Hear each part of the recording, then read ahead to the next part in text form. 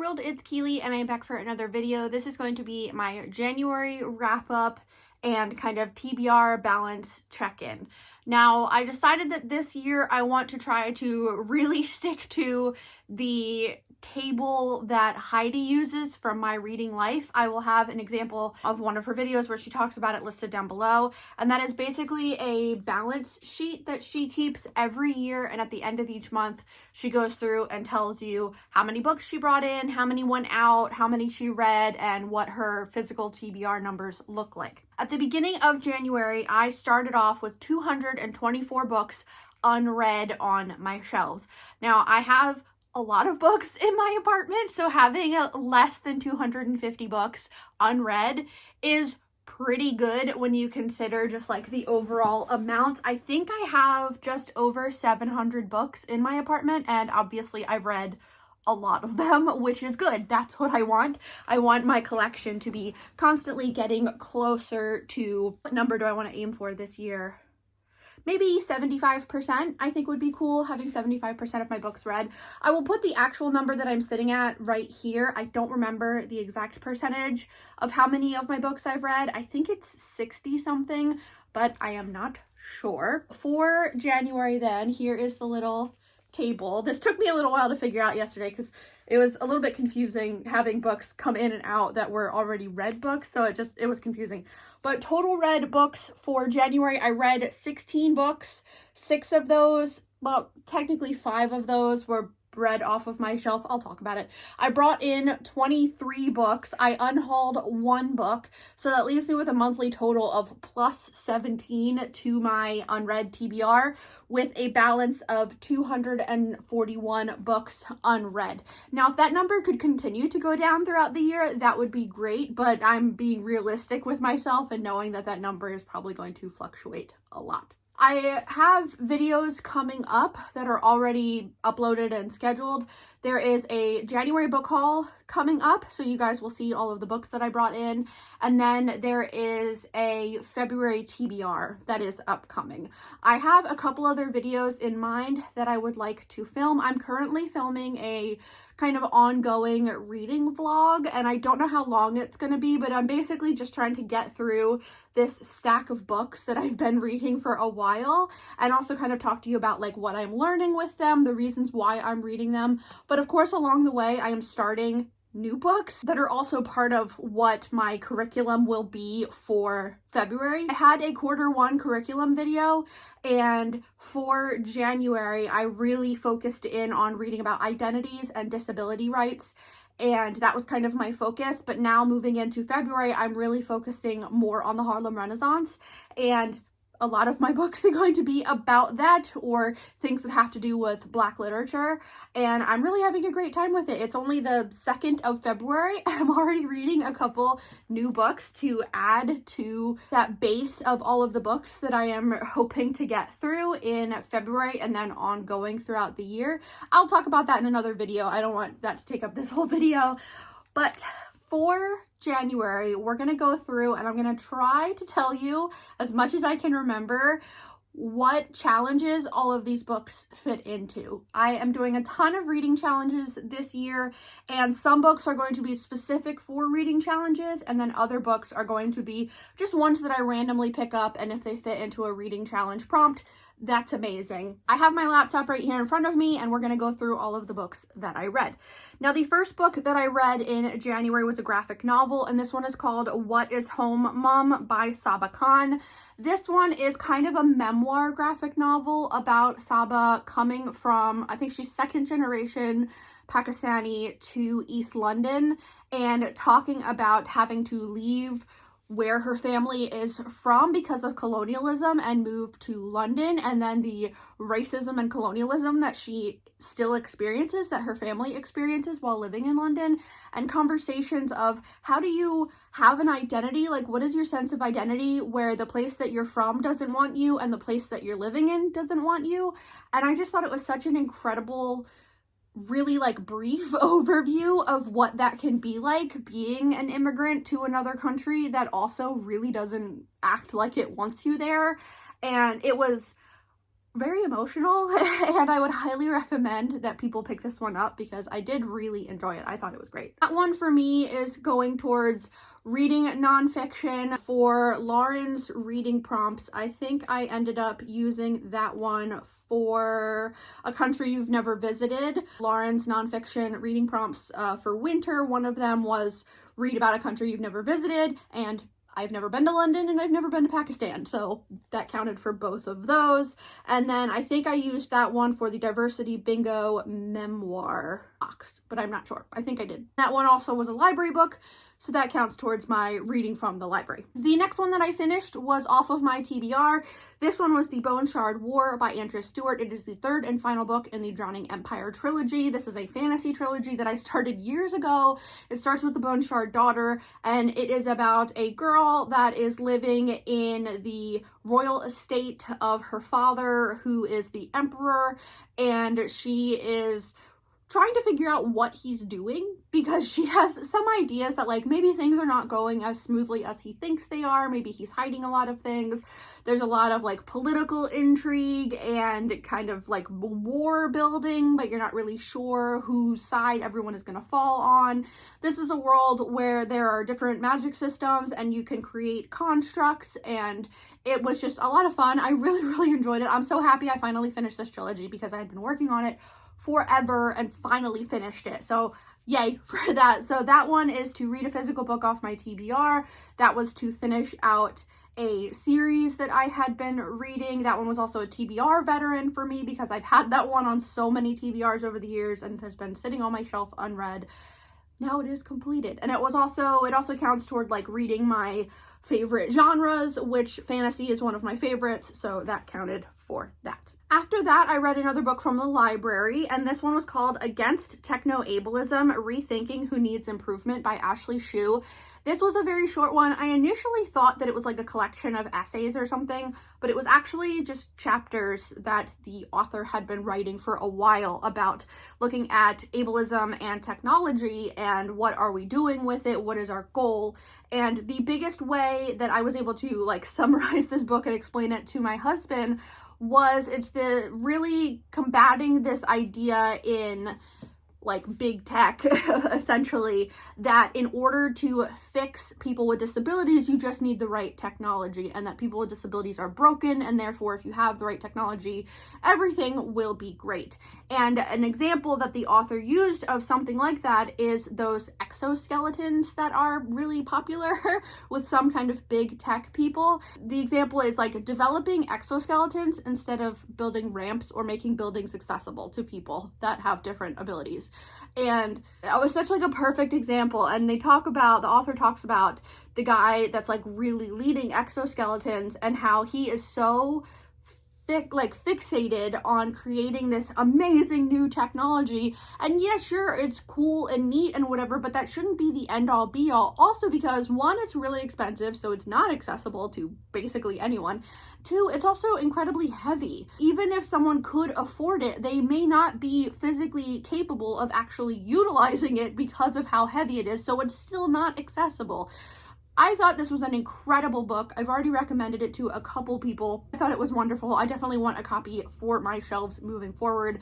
So this one counted towards reading a book from the library, reading a book about disabilities, reading something that I knew nothing about basically, and which other prompt did I use it for? And also I used it for the essays prompt for Lauren's nonfiction. It was kind of essays, but kind of not really, but I just used it anyway. After that, I finished a book from my physical shelves. So this one was A Witch's Guide to Magical Innkeeping by Sangu Mandana.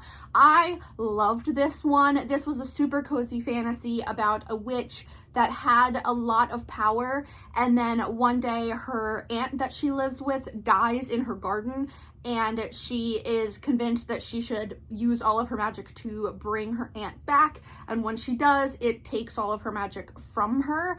And the rest of the book is her living with her aunt and the other people that live in the inn that she is taking care of, and then also the kind of like hierarchy of political systems and who gets magic and who doesn't, and who is worthy of magic and who isn't.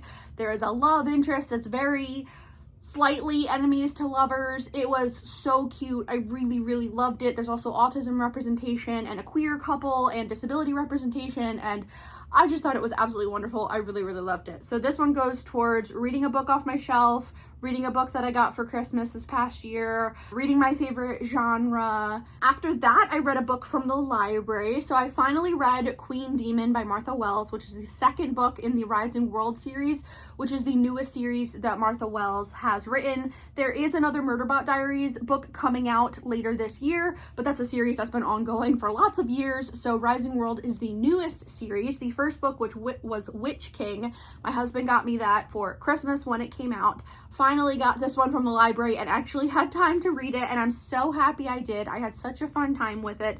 This one is a world where there are magical creatures or like magical beings, and the main character in the first and second book is a demon. He's like the demon king, and he is able to inhabit the bodies of other people and then live as himself but in their bodies. So he gets their history and their abilities, and there's like political systems and wars going on and an uprising, and it was just so much fun. I really, really enjoyed both books, but I did enjoy the second book, Queen Demon, and I am definitely looking forward to the next however many books are going to be in this series. I think I saw somewhere that there's only going to be 3. However many there are going to be, I will definitely be reading the next one. I really enjoyed this one. So this one counts for reading my favorite genre, reading from the library, and making progress on series. Then I read another book from the library. This one is called Spirit Run, a 6,000-mile marathon through North America's stolen land by Noah Alvarez. This one is a nonfiction from an Indigenous author who is writing about this collective of Indigenous people that I'm not sure if they still do it, but for a long time they would do this yearly run where they would plot out basically like running across the entire country and stopping at different Indigenous communities to learn more about the communities, spend time with them, and really highlight the variety of Indigenous communities and their history throughout the United States. In this book, Noah is living with his mother. They work at an apple processing plant, like food, apples, and it's incredibly, like, they're very impoverished. His mom works ridiculous hours just to survive and have enough money to pay rent, and he eventually is able to leave and go to college, but while he's in there he's kind of struggling, and then he learns about this group that's doing this run and he decides to sign up for it. And you document through the entire journey of the run and the things that he is encountering along the way, the things he's dealing with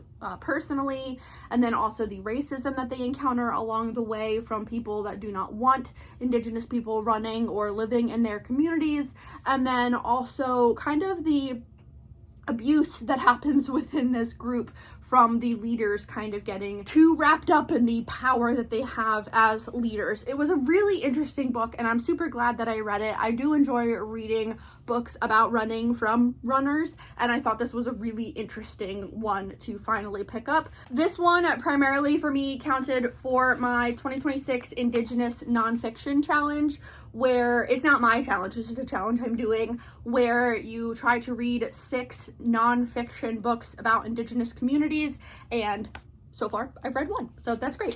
For the first month of the year, I've read 1. I like that. Then after that, I read another graphic novel from the library. This one is called Sensory Life on the Spectrum, and this one was a collection of individual short kind of comics and then little sections written about disabilities from a bunch of different authors, a bunch of different art styles about all the different types of disabilities that people have on the autism spectrum.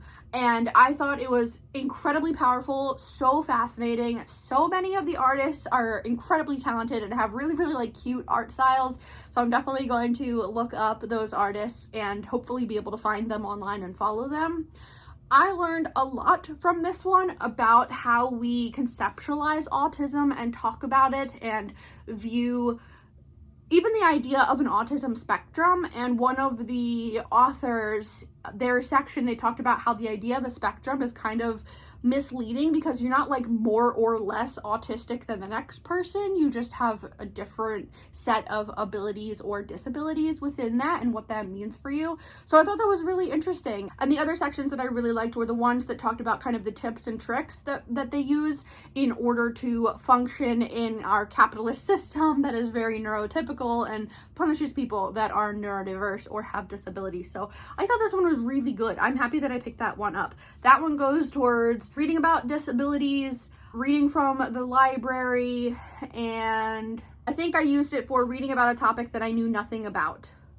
Yeah, reading a topic that I knew nothing about because I really didn't know anything about autism. So I thought that one was really good. Then I read another book from the library. This one was Feminist Theory from Margin to Center by Bell Hooks. This was a pretty short one. It's less than 200 pages, focusing in different chapters on different aspects of feminism and the history of feminism and how Black and brown women have been doing the work for way longer than white women ever have, but how feminism really got started and popularized through white middle and upper class women who wanted to be equal to the white middle and upper class men that they were living with, and how exclusionary that kind of first era of feminism really is. This is something that Bell Hooks says, where when you talk about feminism, this idea of women's equality with men, well, what men are you talking about? And if you're looking at the historical context of this first era of feminism, they're talking about white men that they want equality with. They're not talking about Black and brown men.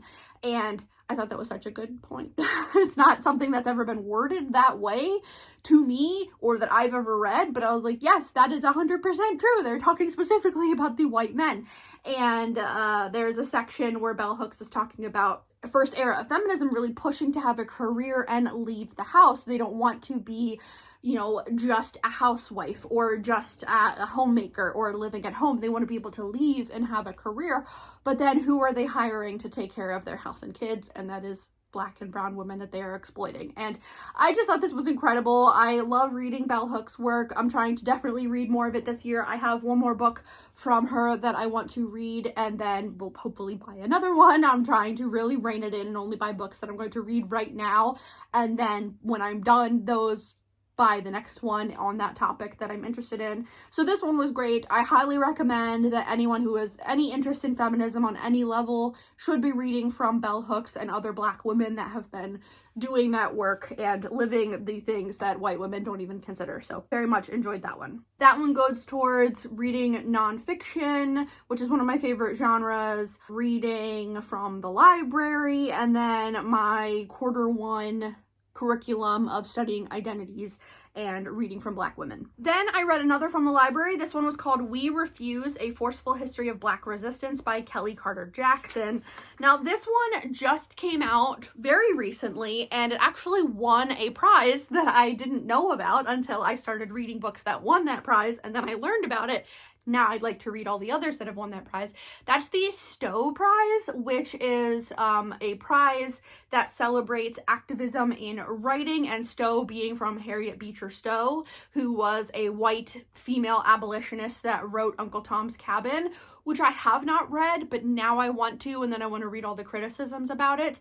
But We Refuse was an incredible book. It is looking at the different ways that Black people have resisted oppression and enslavement over the years, the ways that they have done it violently, the ways that they have done it very quietly within their own lives, really examining this idea of there being kind of, it's either a Malcolm X or Martin Luther King and there's nothing in between, and you either don't fight back or you really fight back, and how that's not even close to the full story. And I learned so much from this one. I was constantly taking notes, writing down people's names, trying to figure out who different people were, what different policies and laws there have been over the years. This one I wish that I had bought a physical copy of to read so that I could have been writing all over it instead of just taking notes, since it was a library copy. But I will definitely be getting a copy of this one for my shelves because I just really enjoyed it, and I highly, highly recommend that you read this one.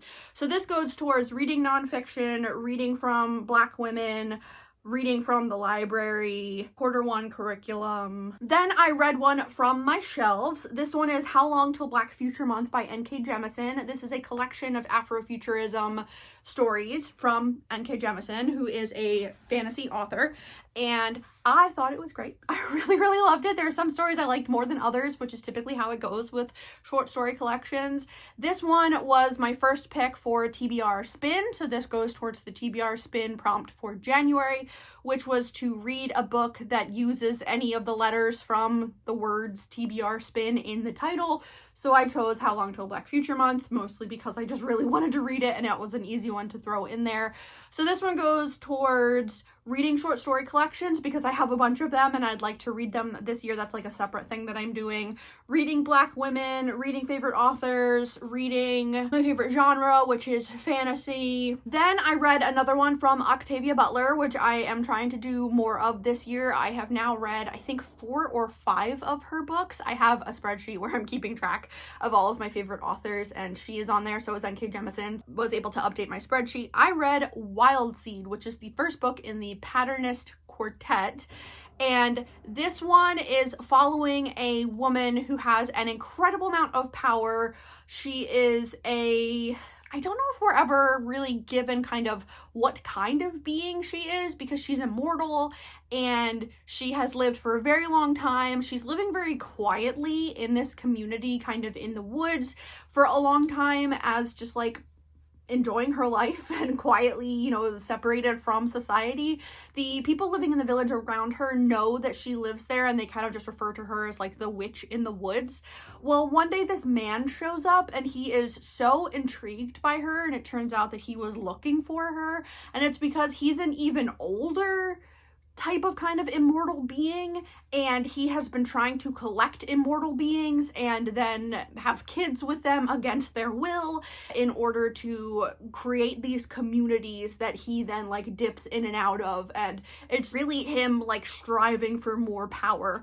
And the entire book is the two of them kind of going back and forth this whole time, where she is really battling against him for her own sense of identity and independence that she had prior to him showing up, and then also having a really complicated relationship with him where he is very violent and abusive to everyone basically that is part of all of his communities. There is a lot of sexual violence in this one and a lot of physical abuse, so I would know that going into it, that it was really hard to read at times because of those levels of violence and abuse and power dynamics. It was really uncomfortable at times, but Octavia Butler writes very complicated characters and very complicated relational dynamics, and the part of the abilities that the main character and this man has is that they can, well, he can definitely inhabit the bodies of other people, and he then inhabits the bodies of white men in order to further exploit Black and brown bodies, and it's a really interesting book.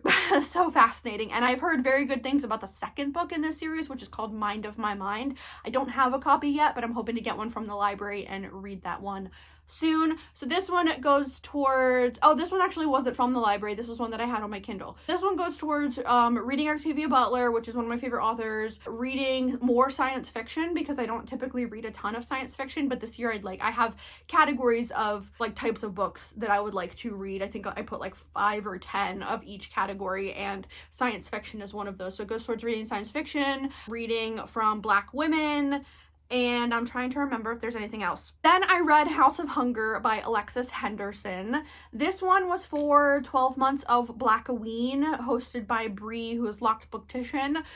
This challenge every month is to read a horror from either a Black or Indigenous author, and the January prompt was to read a book with house in the title, and one of the books that she recommended was House of Hunger, so I did get this one from the library to read. This one was so fascinating, and I really, really enjoyed it. You are following a main character who is living in poverty in kind of an inner city and struggling to survive living with her older brother, who is really struggling with substance abuse and grief and probably depression. And he is very controlling of her, but she wants something so different for her life. And in this universe, there are blood maids, I think is what they're called, where you can leave the South. She lives in the South. You can leave the South and go to the North, and that's where the people in power live, and they will hire you as a blood maid if your blood tastes sweet. And it's literally like the society functions on blood. If you're hired as a blood maid, you're hired to be at the beck and call of white people so that they can drink your blood. And it was such an interesting dynamic between North and South, and people in power versus people in poverty, white versus black, and I think an interesting commentary on the history of enslavement, and also this kind of like vampire-ish story. Super fascinating. I had a great time with this one. I really, really loved it. I definitely want to read more from Alexis Henderson now. So this one goes towards Blackween, reading from the library, reading from Black women, and the horror book bingo. I need to update the horror book bingo chart in my reading journal to see which prompt that one can fit in. Then I finished another nonfiction from the library. This one was called Disfigured on Fairy Tales, Disability, and Making Space by Amanda Leddock. This one is looking specifically at the history of fairy tales and how fairy tales historically and even recently really look at people who have disabilities as other, and they use the moral model of disability thinking, which is where like it's the sins of you or your parents that then God gave you a disability, and how that plays out in different stories. And the author talks about a lot of the Brothers Grimm, and Hans Christian Andersen talks about Ariel, so the Little Mermaid, Beauty and the Beast, the Hunchback of Notre Dame, all of those, as well as living with a disability herself, and how these kinds of concepts that were taught from very early on from fairy tales are, you know, played out in society, and how Disney has kind of taken these fairy tales and made them more palatable for young people, but still reinforces a lot of this horrible shit that was originally written about by, you know, the original authors creating fairy tales. I thought this was great. I had this one on my list for a very long time to read. Finally was able to get a copy from the library and read it. Highly recommend it. So this one went towards reading from the library, reading nonfiction, and reading about disabilities. Then over the weekend, when we had that huge snowstorm, I read 640 to Montreal by Eva Jurczyk. This one is one that I purchased last year, right towards the end of the year. This one was a thriller set on a train. So the main character is an author named Agatha, who was given a train ticket by her husband as a gift, and he gave her a ticket to a long train ride from Montreal. I think it's from Montreal to Toronto, or from Toronto to Montreal. And it takes place during a huge snowstorm, and you find out very quickly that Agatha agreed to do this because she has some other things planned for what she would like to happen on the train and when she gets off the train. When she is on the train, what happens is that one of the passengers dies, and then there is a big issue with the snowstorm, and the train is basically grounded and it can't go anywhere for a very long time. It is stuck for hours and hours and hours. And once the passengers realize someone in the train car with them has died, now they're trying to figure out, how did he die? How did we not notice? And who killed him? So it is very much a locked room murder story, heavily inspired by Agatha Christie. I mean, the main character's name is Agatha. I thought this was okay. I did finish it. I am going to keep it on my shelves, primarily because I remember I had a good experience reading it when we were locked in the house because of a gigantic snowstorm outside. But if it wasn't for that, I probably would get rid of it.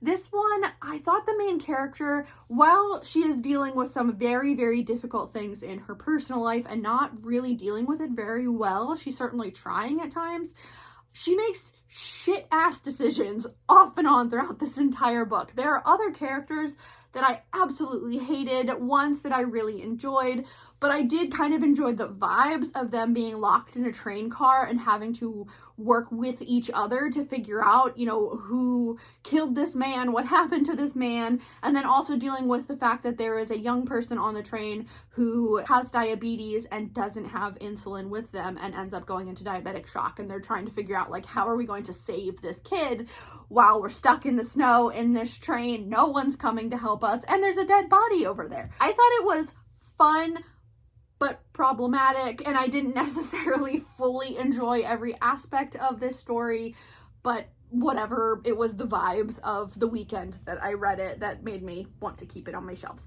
So this one goes towards reading a book from my own TBR. I think that's it. I don't think I counted it for any other challenges. I then finished 3 more books. 2 of them I had been reading off and on throughout January, so it took a while to get them done.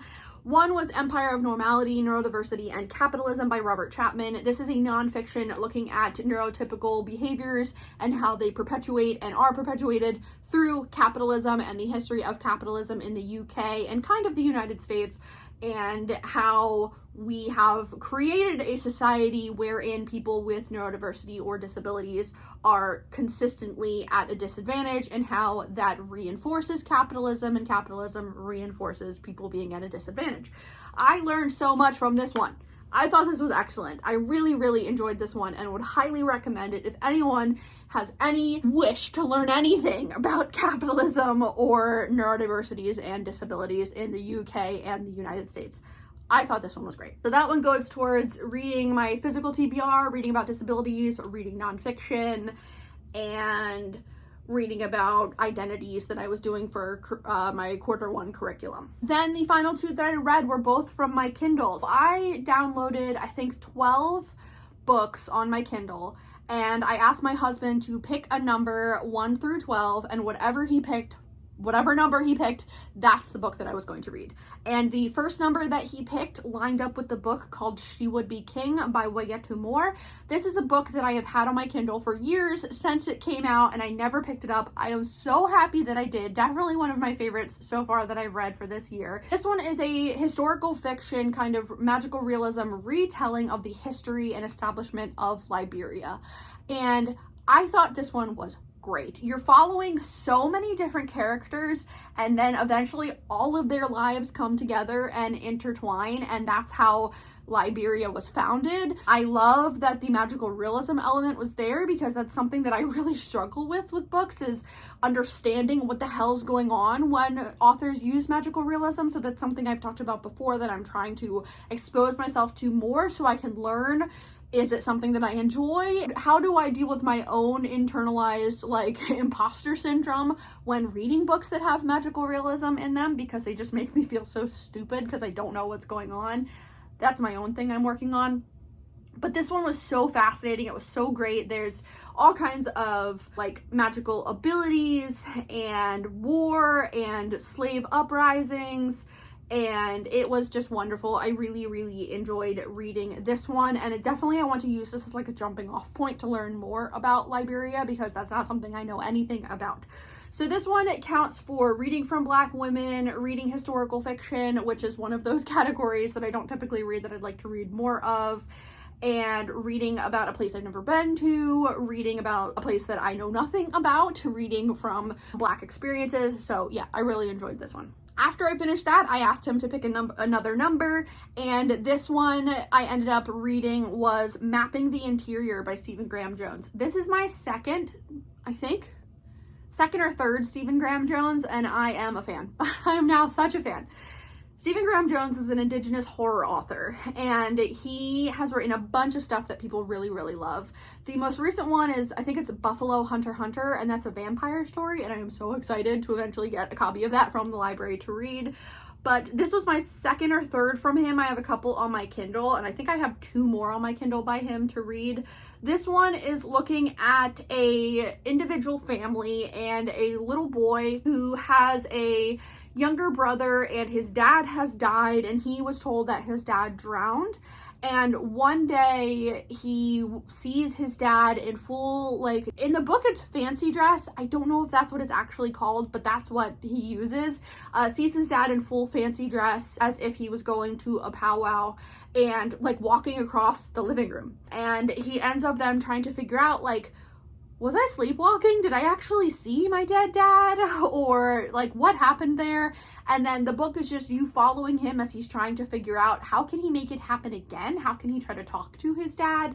And also kind of just existing with his family. And so he lives with his mom, who's trying her best and working as much as she can to raise her family, and his little brother, who may have a disability. I'm not sure. He doesn't explicitly say it. He just says that his little brother is starting to struggle more with responding quickly, I guess, when you're talking to him. Like, he's just not sure if his little brother is fully there emotionally and like intellectually all the time. And so he's just keeping an eye on him, and his little brother does get bullied, and so he fights the bullies on behalf of his little brother, and his little brother ends up playing a big part in this story. And mapping the interior is that he's literally mapping out the layout of his house to try to track where his dad's ghost is. And this was great. It was only like 111 pages, and I read like the first 70 pages in the middle of the night, which I highly recommend if you're a horror fan, that you read horror at night. It's so fun.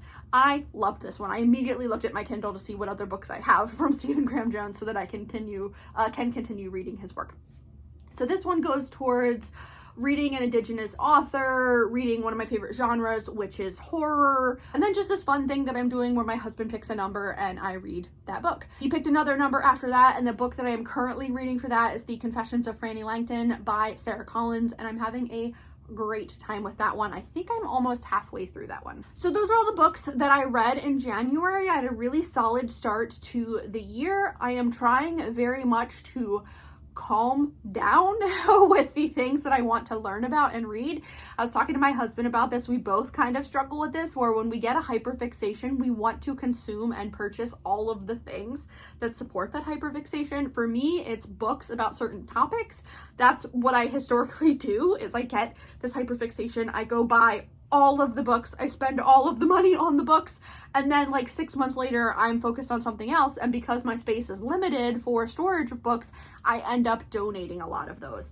And I don't want to do that this year. I'm trying to be very deliberate in the books that I am bringing in so that I am not feeling like I need to unhaul everything. Okay, at the end of every month, I am going to pull up my financial spreadsheet, my budget spreadsheet, and tell you how much money I spent on books, where I got them from, and then how much money I saved by using my library, with the hope that every month the library number will be higher than the money that I actually spent on books. So we know for January I bought 23 books. In January, I bought books from Labyrinth Books, which is an indie bookstore in Princeton, New Jersey. I spent $80.46.